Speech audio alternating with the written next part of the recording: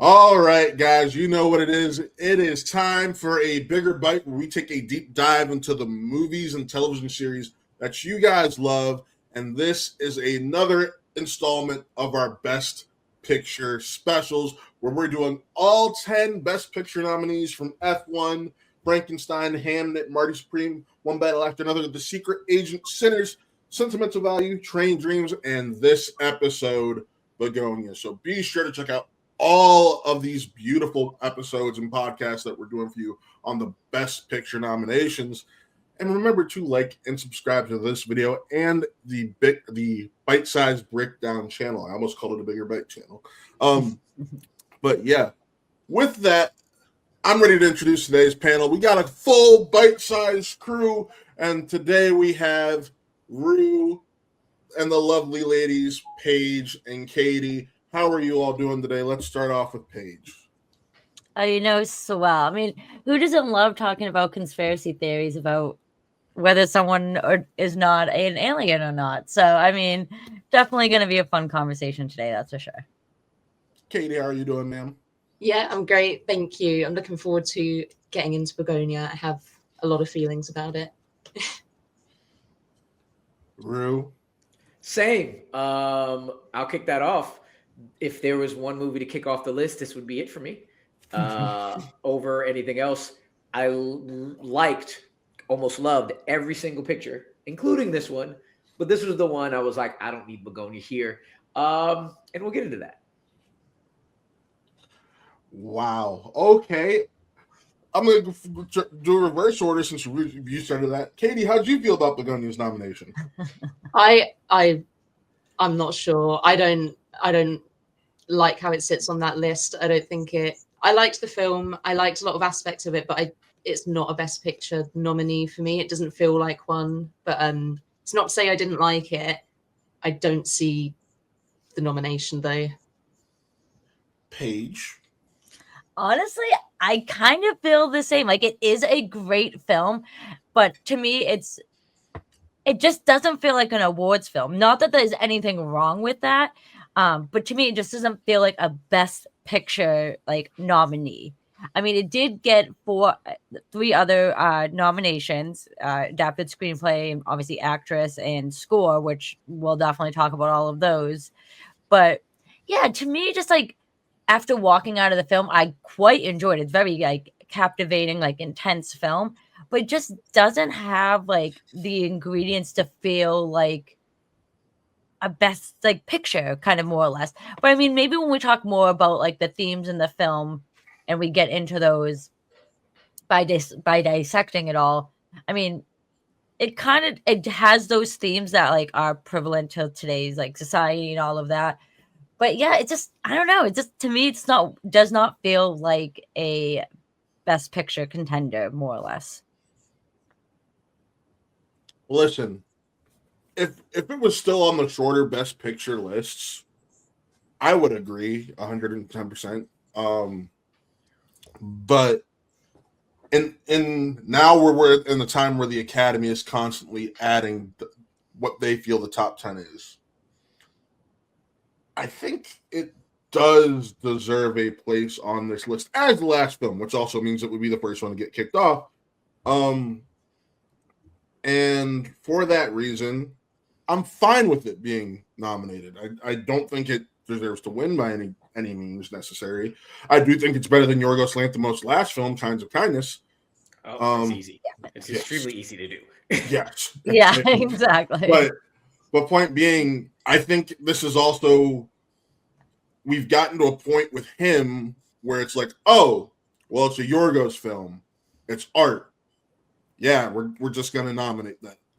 His name carries that kind of weight, and the performances you get from both Emma Stone and Jesse Plemons carry that. To be fair, a lot of people were shocked and surprised Jesse Plemons didn't get an Oscar nomination for Best Picture in this.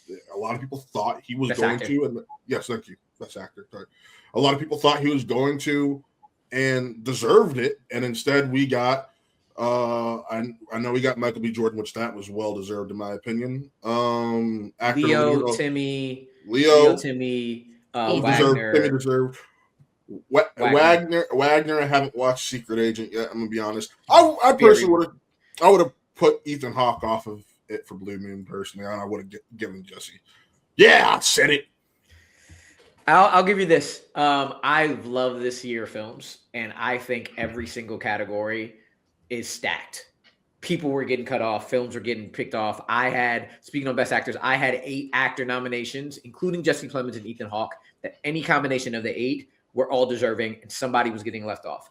For Bugonia, for me, what I've loved in the last 10, 15 years, especially with the increase to 10 nominations, is this whole conversation about what is an Oscar film and what is an awards film is no longer the pompous, prestigious Sinners was not a nomination 15 years ago.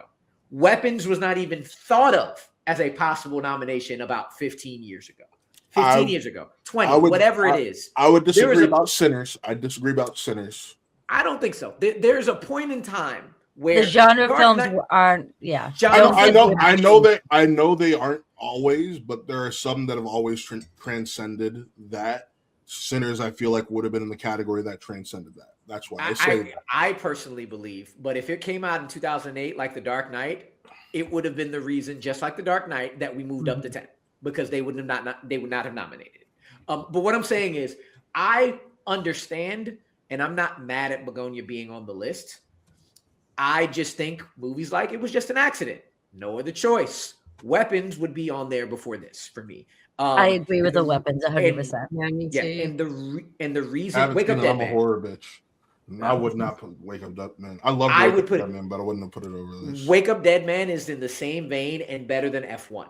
But they have, for me, it is now awards movies are whatever genre lane you're in, you elevate that. Sinners has elevated the genre film. Weapons elevated horror comedies. Wake Up Dead Man, I think, was an elevated version of the whodunit. I loved it. I absolutely, really, really enjoyed it. For me, Bugonia, when I left it, was like Jesse's in contention. Emma's in contention. I would not be mad if Aiden Delvis got some conversation. He's not getting nominated, but he was great in that film. He was. This to me is a regular, solid film. I was in it when I was watching it, and I was like, the score is great. This story is great. The acting is great. The ending is like, it could have gone either way. And you know what? You might have seen this coming. You might not. But the ending is a Yorgos ending. That's definitely like the stamp right there. So I loved the ending. So the ending was cool. The ending was cool. But the ending, it was whatever. The thing about Bugonia for me was, as I was watching it, I was like, this is all cool, but none of this is grabbing me. None of this is absolutely grabbing my full attention in this theater where I'm like, I have to know what's happening. I have to know what's going on. I'm just enjoying what's on screen, but it's not as captivating as I thought it would be. That's the reason. It was just what? Rue's just mad that they told him he wasn't bald enough for the free bald head screenings. Whatever. I forgot they did that. I haven't gone. We had one in Cleveland. They literally for that screening, if you were one of the first 5 people to agree to shave your head, you got free movies from the theater for a year. That's hilarious. That's an easy win for me. Easy win for me. You have to give me some cash to do that. So for me, the movie is and I was just so surprised because Jesse Plemons versus Emma Stone going back and forth trying to convince each other or something with those kind of things happening should have been more captivating, and I don't know why it wasn't. But it's a good movie. See, I will say, like, that statement about you not feeling that the performances were captivating enough when they're like, when it's Stone and Plemons like against each other. That's what I thought was like the most like captivating thing about the film is that I'm going to be clear. The performances were captivating, but the entire package it was put in, the way it was told, the story never fully captivated me. I was watching. I was like, I want to know what happens, but nothing there was making me feel like, oh my God, what am I watching? I was just like, okay, let's see. So I agree on the story aspect, but I will say the way it's like shot and stuff, like to me, like this is definitely a more of like a chamber piece, like utilizing like the close-ups with like the characters and stuff like that. So like you feel like you're in that tension, like conversation when the camera's just on Jesse's face, or if it's just on like Emma's face, like you can feel like who's the person who's insane here. Like that's what I enjoyed most about the film is that, well, to me, like the story isn't as strong as I hoped. The tension I think is there with whether like keeping you on your toes to decide like, is she an alien? Is she not? Is Jesse Plemons' character's like trauma? Is that just like getting the best of him and him just like trying to seek answers wherever he can to make himself like feel better? Or is he just like mentally unstable, more or less? And that's where it kind of like that's what intrigued me most about the film. Maybe not the overall like driven like story, like the full circle of it all, but the performances of is she, isn't she, is he, isn't he, kind of more or less is what like drew me in the entire time. But I will agree, Liz, like by the end, I'm like, do I care if she is or she isn't? So like, I mean, we'll definitely talk about the end probably in like a little bit, but like that's definitely where it kind of loses a lot of people. But to me, like it's weird. I want to say this is like Yorgos's like most like mainstream movie, but then again, Most it's palatable. not. It's his most palatable film in a Yes, minute. that's the best way to put it. That's the perfect I was about to say, word, yeah. in a minute, I'll agree to. I still think The Favorite is his most palatable film. But yeah, I mean, you know, it's a spoiler talk. Fuck it, let's talk about the ending because that ending. So you guys were talking about the package. You didn't care. At that point, the film. The reason the ending hit me like it is because for me personally, it had sold me on the fact that she is not like I was like she's not an alien. It's very clear. I'm like, but in the back of my mind, it is Yorgos, and she could just end up being an alien anyways. So I was like, I knew it was a possibility, but it had done such a fantastic job the entire time selling me on the fact that she wasn't an alien. It really took that turn for me when I gotta get the actor's name right, when Aiden Delbus, who played Dawn, Mhm. when she's making that bargain and plea with him, and he's like, I'm at peace, take care of Teddy, and then blows his fucking brains out. I was like, oh shit. And just her reaction, like she is definitely not an alien. Like she's just seems fucked. And then when she talks to Teddy about how did you find all this stuff out, this, that, and the other, like I'm like, okay, this is her, like she's just turning his beliefs against him. Mhm. And Emma Stone just such a great job of selling that. Where I'm like, oh yeah, she's clearly not an alien. She's just a CEO. She's smart. She knows what she's doing. She's going to use it against this guy. And then when he goes into the closet and gets blown to smithereens, I'm like, oh shit, no! Like I'm like, there was a light in there, and it clearly set that C4 off. Like, okay, and that's at that moment, like she is an alien. I'm like, because with that much C4, if it weren't for the fact that he's being teleported, that would have been a much bigger explosion. That's I'm like, yeah, okay, let's see where he's taking this the rest of the way. So that was just me personally. Thoughts? That's what I didn't like about it, is that it spends so much time convincing you that she's not an alien, and by the time it beelines at the end, it feels like a bit of like a self-satisfied joke where it's like a punchline that, and I didn't find it funny before, so the punchline I don't find this funny. It just feels a little bit like a gotcha moment, and yeah, I just didn't like that. I feel like it devalued a bit like everything else before it to an extent, and I still enjoyed it, but I walked out with just the feeling of really disliking the ending. It just took me out of everything else. I just don't think it gelled. So I won't say it devalued it for me. I thought it actually made it more heartbreaking because I'll just Don the guy who played Don Albus or Aiden Delbus. Yeah. He was my favorite. He was my favorite part of the movie. So innocent, so good-hearted, and just he just when they're making that bargain, and I sit back, I'm like, oh my god, she was actually being on. Like that hit me in that moment. Like she was being honest. You're a good person. I know you are. This wasn't just a deal to get out. This was a real deal she was offering because she saw how Don was being used. I was like, damn. So I do agree with Katie that like it does kind of undervalue some of the, like a lot of the things like leading up to that point, because the whole time it's just like it's just trying to prove that she isn't an alien and that Jesse Plemons' character is just like insane the whole time. But to me, the ending does pay off that she actually is, because it actually does prove that he wasn't insane the whole time, and it's actually society as a whole is insane because they weren't believing in this idea that aliens could be real and that someone is there to observe and study like humans and pretty much see how we only care about prophesizing instead of like actually trying to make like the earth better.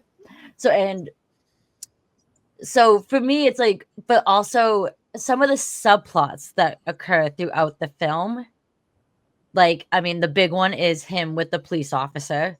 They just sprinkle kind of something in there for you to kind of get the unfortunate idea that he was probably sexually assaulted by his babysitter when he was younger. But to me that kind of was sprinkled in as like, I don't want to say like a joke or like humor, but like that's a very heavy topic, like thing that's like adding to his trauma, and they kind of don't delve into that enough to me, to the point that at the end I feel bad for Jesse's character, but then I don't, because like they just don't go into enough of his trauma, I guess, more or less, besides that he lost his mom and this thing we think happened to him at least. I see all of this is, while thinking about it, it's really contradictory for me in like what I think about the movie. The ending for me, I just didn't care. Like I didn't care enough. So that's why I'm not mad at the ending. And I don't blame anybody. I get why you didn't like the ending. I was trying to figure out the word for me about this movie, and I was detached. Anything and everybody not named Dom, not Aiden Delbus, I was detached from. Aiden Delbus was the only one who got me like, I care about this character. So, and I actually think his ending was a very smart, very heartbreaking, very powerful ending, where he is an autistic kid who is being used by somebody he calls family, to the point where the only thing he thinks he can do is kill himself. Right. And you know what, Rue, though? I think that's, the more I think about it, I think that's the point. I think you're you really aren't supposed to be attached to like Emma's character or Jesse's. And that's why it's contradictory for me, because everything I think about, I'm like, this is smartly written. This is actually people in the world. Like Teddy, you're supposed to be made to feel sorry for him with the sexual assault and the medical malpractice with his mom and everything. But on the other end, where you see this characterization of what we see on social media and everything every single day, where people are being fed this information, whether it's true or not, and they take it at face value and they just run with it because of their past trauma. It's like, I'm not going to care about you because you're taking your past and what is being broadcasted at you, and you are hurting other people and you are manipulating other people. No matter what you've been in the past, I understand where you're coming from, but I also cannot like feel for you at that time. And it is real, and it is the truth, and it is the point. Same thing on the other end with I guess Michelle is her name. She's the CEO who's a woman who needs to make sure that she's not like trampled over. She actually tries to take accountability for the medical malpractice, but it also feels like it's just a front to just keep making money. So it's like, it's all reality. It's all extremely smart.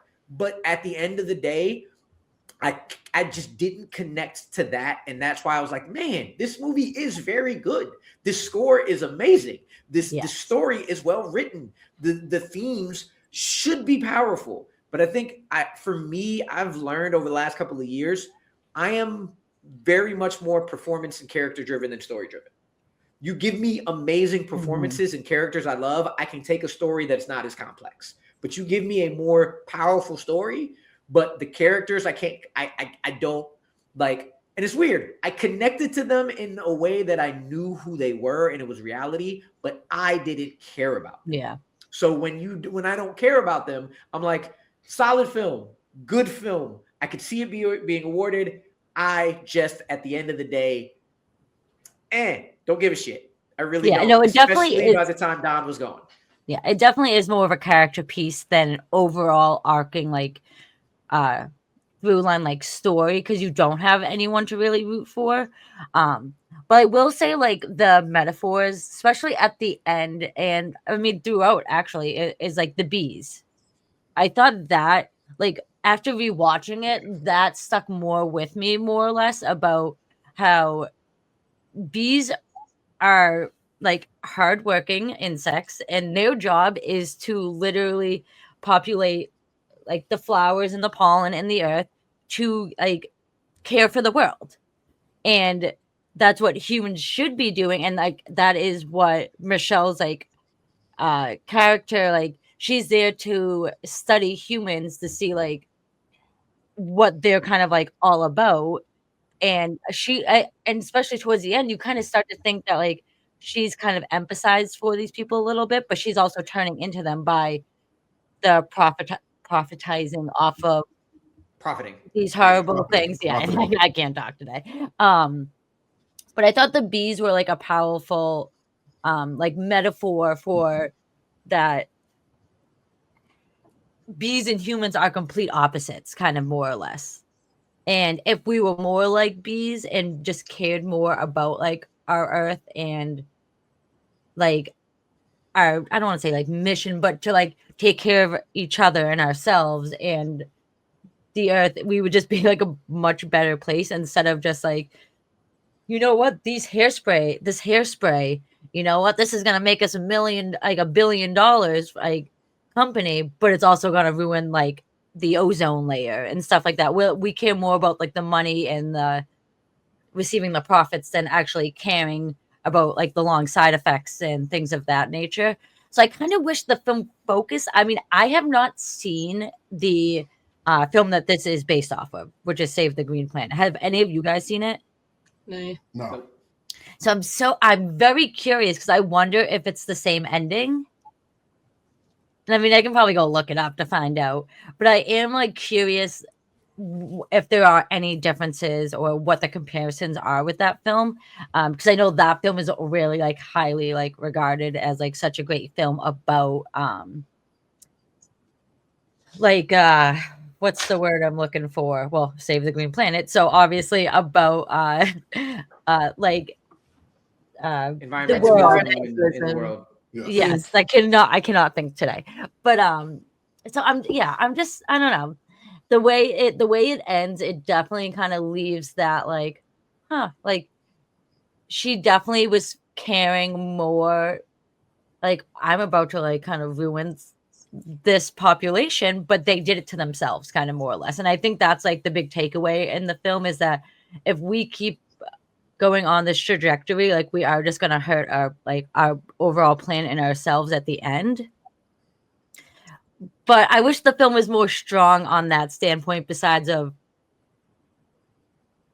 is it just she's an alien or is he just insane? Kind of like more or less. Like that was just more of like the tight-knit story of it instead of like the grander scheme of it all.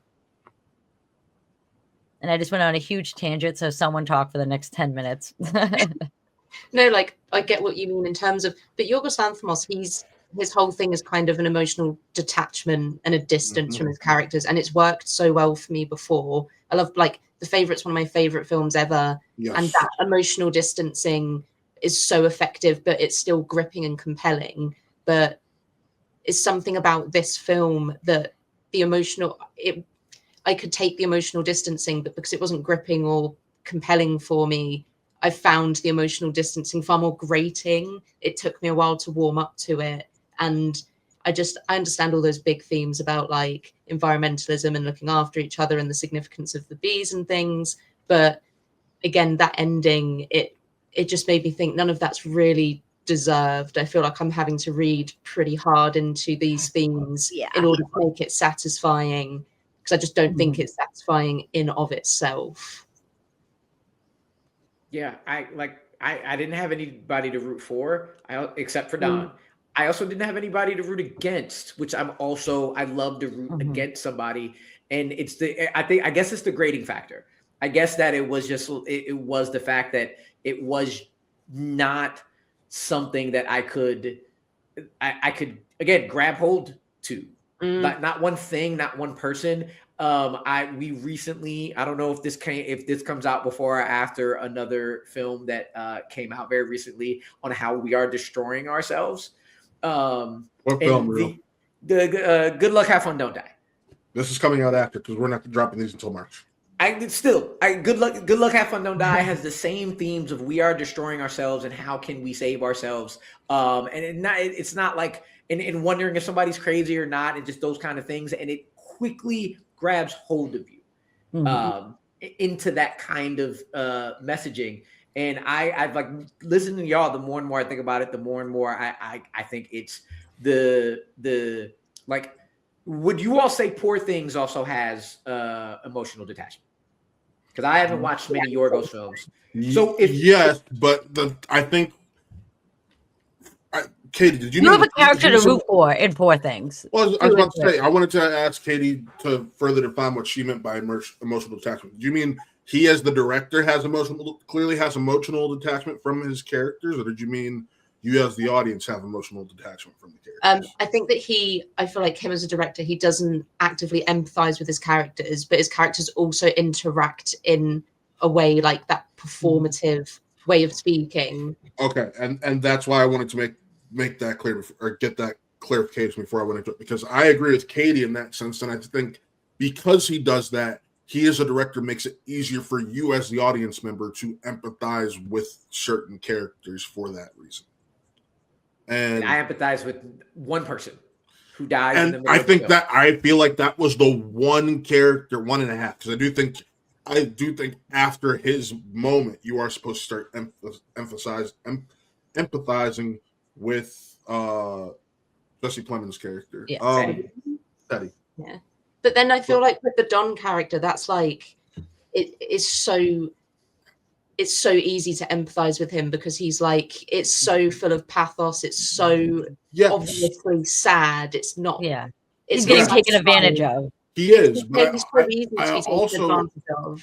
I also think the job of the Don character is to give you some glimpse into what Teddy was like before everything started happening with his mother, and to remind you that he's just human and everything's been taken away from him, and because of that, that's why he's taken such a turn. And for that reason, I feel like that's why once Teddy gets blown to bits, that's why I begin. Oh, you know Teddy at the end. Teddy gets blown to bits. Yes, you're right. When Teddy gets blown to crazy. Bits, I feel like by a calculator. But he does like all of the emotional like weightlifting in this film. I don't think it should all rest on the shoulders of this really clearly vulnerable, like troubled individual who you're clearly meant to feel sorry for. It just feels like kind of like an easy way out to account for the fact that I don't care about anyone else or like anyone else, and of course I feel sorry for this person. Yeah. That's fair. But you know what does help this film though a lot is that fucking score by very much. Yeah, it's incredible. Was it Jinskin? I have his name pulled up. I have his name pulled up. It was nominated for score too. I remember that. It was, yes. Yerskin Fendrix. Okay, that fuck for such a more like smaller, intimate film. I don't even want to say smaller, intimate film, but a more Character driven, like you said. Character driven and more of like a chamber piece. This score makes this film feel so fucking grand and just like such like a bigger production than it actually like is as a whole. And that score draws you into those moments. Like that's where like the tension and everything like that really comes down from that score. It's another example. Go ahead, Matt. Go ahead. So I'm gonna be honest. I'm a big scores guy. Like that's what I listen to in my car. Scores and soundtracks primarily, and a score has to stick with me.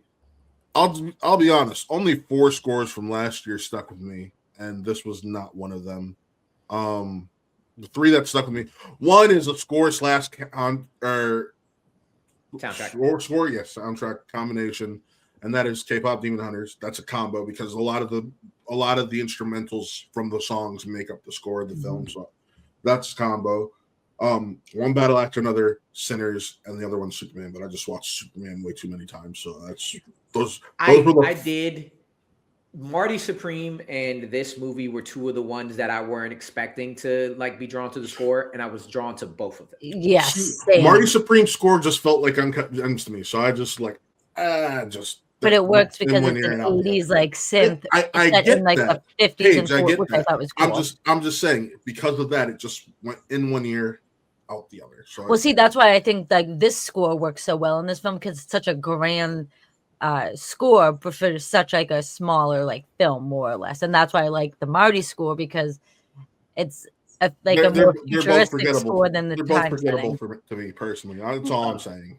I was gonna say this just continues to hone in the conundrum this film is for me because everything technical grabs hold of you and doesn't let you go. Yorgos' direction is crazy good. The script is just propulsive. The score is wacky and fits the feeling you have and the feeling the movie's supposed to be giving you to a T, where everything is go, go, go, go. It's not Aaron Sorkin, but anytime you have fast conversations back and forth, it's Aaron Sorkin but different. Like everything about the movie technically should grab hold of me, and it's why I like it. It's why I ultimately enjoyed it. But it just was so confusing why I could not like find I could not attach to it at all. Just for the reason why it's weird. You can hear me making the exact same argument Rue just made on another podcast that we'll be doing in the Best Picture nominations with him and I on it. I won't tell you which one though. Go find out. But I mean, well, a question for you guys. So, in regards of like the aliens at the end, then, because obviously this whole movie is leading to that point of, is he insane? Is he not? At the end, towards the end, right before like the big reveal, you see that he's done this like torture aspect to a lot more people, and you're like, shit, this man is actually a serial killer and he's insane. Like, what is he getting out of doing this in a sense besides just like answers? But it's not really getting any answers. I think it's more just like satisfying his like urge, kind of more sense, to the end that, oh shit, she actually is an alien. Her hair is her agenda to connect with like the mothership and stuff like that, which I did think was but I think it proves that he was right because he kept those other bodies because they were evidence. Like, I mean, yeah, I think that's like the big thing at the end, that like we're actually everyone like in Earth are actually the ones that are insane, and he, like, the society as a whole was insane and he wasn't, because he could actually see through it all. I would disagree with that because he's not pulling society into this. He's keeping this to himself and Don. If he was going out spewing that nonsense, I could agree with you, but he's not. He's like, true. Nobody's going to believe this. I'm taking it on myself to do this. True. Yes, true. I mean, well, he was doing stuff on like the interwebs, kind of more or less too. But yeah, because I think he did probably know deep down, like, you are fucking crazy for doing this shit. But I don't know. I'm curious what you guys thought of like the whole, like the visual. Like this is a very textualized film, even though it is smaller because like Emma Stone's like characters, like her like environment when we see her in her office space and at her home, it's very like simplistic. In his house, it's very like wood textures, like old rundown. And then we get to being on the mothership. Like I'm curious what you guys thought of all of that stuff. Like in the literally like the last like 5 minutes of them deciding, you know what, let's hit the red button and terminate like Earth as a whole. I mean, to them, it was just a reason to reset. They had given them no reason to let everyone keep being, and it seems like Dawn nearly gave her a reason. You could tell her experience with Dawn weighed heavily on her in those final moments. But yeah, I mean, it was what it was at the end of it. Do you think it would have been cooler if the aliens looked, I guess, more like alien-like than actually like having like human skin and stuff like that? Because I think at least that would have kind of been like a little bit better. Besides wearing these huge fluffy coats made of like fur. Yeah, I didn't like that. Like the weird crochet. Yeah, see, I didn't like that either. But to be fair, Teddy talks about how they were part of the creation of Earth and made Earthlings in their image, and they're just so like. It helps keep the budget down. It's a smaller budget film that you have a 2-time Academy Award winning actress in who gets a massive payday. Jesse Plemons ain't cheap either. Everyone knows that with Yorgos films, most of the time, then you look at films like freaking Poor Things, and the budget goes to the casting and talent rather than the actual settings, all that. Like, let's be honest, that film could probably, if you take out and replace all the talents on it, that film probably could have been made for like $1 to $2 million. I am curious what the budget on it. I will check. Hold on. Yeah, I know. I mean, I think it would have been like 40 million.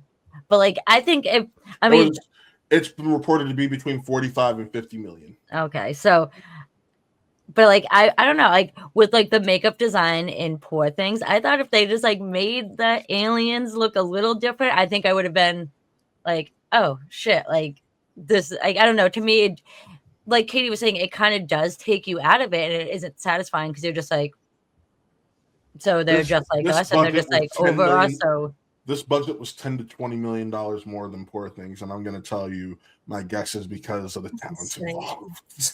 That's wild because it's definitely a smaller film. Yeah, much smaller. And well, it's also shot on location. Well, here's the thing: Emma Stone won another Oscar, which was probably a $5+ million pay bump. And yeah, but she's also working with her buddy. Like she's becoming like the De Niro and Scorsese. What you just named is part of the reason she probably got paid more. Yeah, true. And she gets a producer credit on it, which is an extra pay bump. Mm-hmm.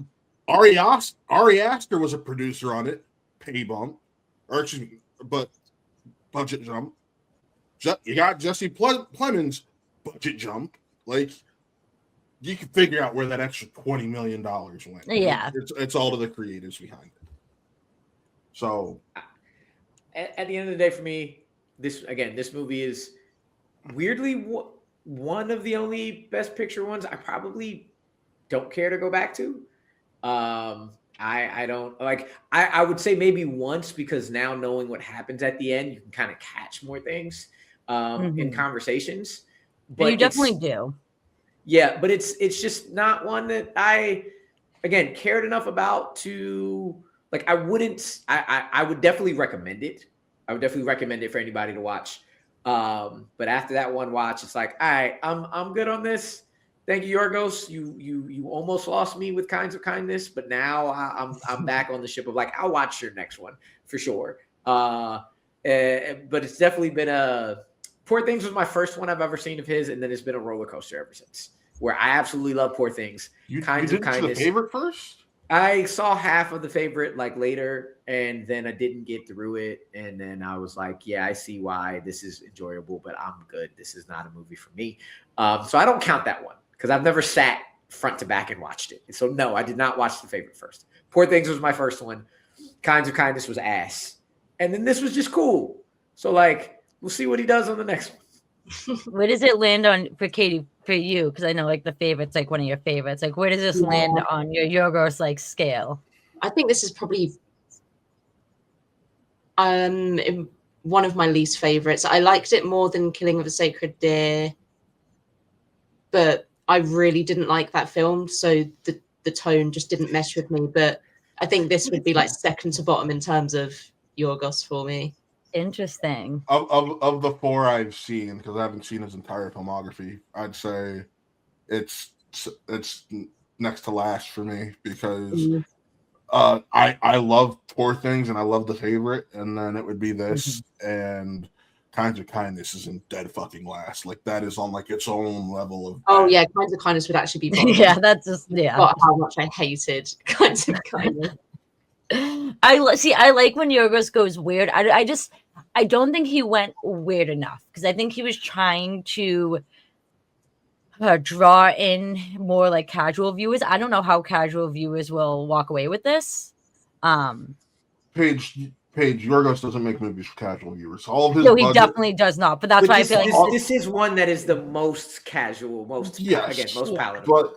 But like, and when you look at his budgets, those are fairly cheap budgets in terms of today's Hollywood. Yeah. So to me, it'd be more like towards like mid-tier, mid to kind of lower tier. I wouldn't say it's like I really like The Lobster. Yeah, I love The Lobster. I don't know, that's probably like my second favorite, and then I think it goes like Poor Things is definitely like my number one. But so this is like middling. What'd you say? This movie didn't even make its budget back. I wouldn't. No. So obviously it showed that it wasn't. And then hold on, I'm doing some research. Kinds of Kindness made nothing. Yeah, next to nothing. $16 million on a reported $35 million budget. Next up would be Poor Things, which I think actually did well. Poor Things made $117 million worldwide. Okay, so that's definitely probably his highest grossing. Or maybe The Favorite is. I don't know. Yeah, maybe The Favorite. The Favorite made $95 million. Okay, so Poor Things is. One of his weirdest fucking films. So yeah, I don't know if that's really one of his weirdest films. I take that back. I have not seen enough of his filmography to say whether or not it's his weirdest or not. I just know it was weird as hell. I'd say The Favorite is a second most straightforward film outside of Bugonia. Yeah, definitely. Yeah, for sure. Yeah. So I'm just curious how this film, like Bugonia, will age in time. I think right now it kind of is like a prominent. It does work for this time because like. Talking about like another funny comparison to Good Luck, Have Fun, Don't Die. That was a conversation we had where I thought Good Luck, Have Fun, Don't Die is going to age perfectly. I don't think anybody's going to care enough to wonder whether this aged. It's just going to be a movie. I think you're right. I think it works for this day and time, like when it came out. But I don't think in 5 years people are going to like go back and be like, "See, that film was saying something," guys. Yeah, like, I don't think it's going to leave much of an impact. Just another Yorgos film that happened that has Emma Stone another creeping towards her Meryl Streep record because she's going to get there one day. It's going to happen because she's just going to keep getting nominated. Yeah, if she keeps working with Yorgos, so it's bound to keep happening. Well, I think he said he's taking a long break after this because he had Poor Things, then Kindness, than this, back to back to back. I think he said he's taking a long break, so I think we probably got another year or so before we get a Yorgos film again. And Emma Stone seems to be, if I remember correctly, filling up her her card with projects to work on, whether it be as a producer or elsewhere, because I know she's one of the producers on the Miss Piggy film that's in development. You know what, guys? That could be directed by Yorgos, and I would fucking watch the hell out of that movie. That's for sure, because that's the weird Yorgos I like. She's got that's Jesse Eisenberg, a musical comedy. She's a producer on Little White Corvette. So it's like she's busy. She doesn't have anything really on her acting table. She did a short this year called Unavailable, which I think is a Yorgos short. Yeah, it's a Yorgos short. Yeah, it's a Super Bowl commercial. Yeah, so I mean, at the end of the day, I think maybe you're right, Paige. Maybe she does decide, you know what? He's taking a break. I'm gonna take a break because I've made my money doing his films. Because I keep winning. I keep getting nominated, and my price tag keeps going up. So I can. I love their pairing too. I don't know. I'm curious to see what Yorgos does next, whatever that may be. Like, does he partner up with his the co-writer that helped him write like The Lobster and Killing of a Sacred Deer, or does he go back with is it William Gracie that did this? Will Tracy, who did The Menu, which I think is one of like the best well-written films in like the last like 10 years. I don't know. It's always curious to see, like, it's depending on the writer he has and who here, let me put it in terms of this. Yorgos has been a writer on most of his films. This was one where he was not a writer on at all. Where you brought up The Lobster, and he was the co-writer on that. I think Poor Things he was co-writer on. I'm just double checking that. No, Poor Things he wasn't co-writer on, but I know he's been the writer on a lot of his, or at least one of the writers on a lot of his stuff. So maybe, to answer your question, it seems like he has a decent working history with Tony McNamara. Yeah, that's like his like go-to guy. Yeah, so we'll see from that, but who knows? You know what I was just looking at, because we're wrapping up right now. But like, what did you guys think of the title? Because I'm actually looking up right now what Bugonia means, because I was curious on. I think, isn't it like Greek for something that like they say it in the beginning, coming out of a. Oh yeah, it is. Yeah, arise. The belief or Bugonia is based on the idea of new life arises from death, specifically that bees are born from decay. Huh. Yep.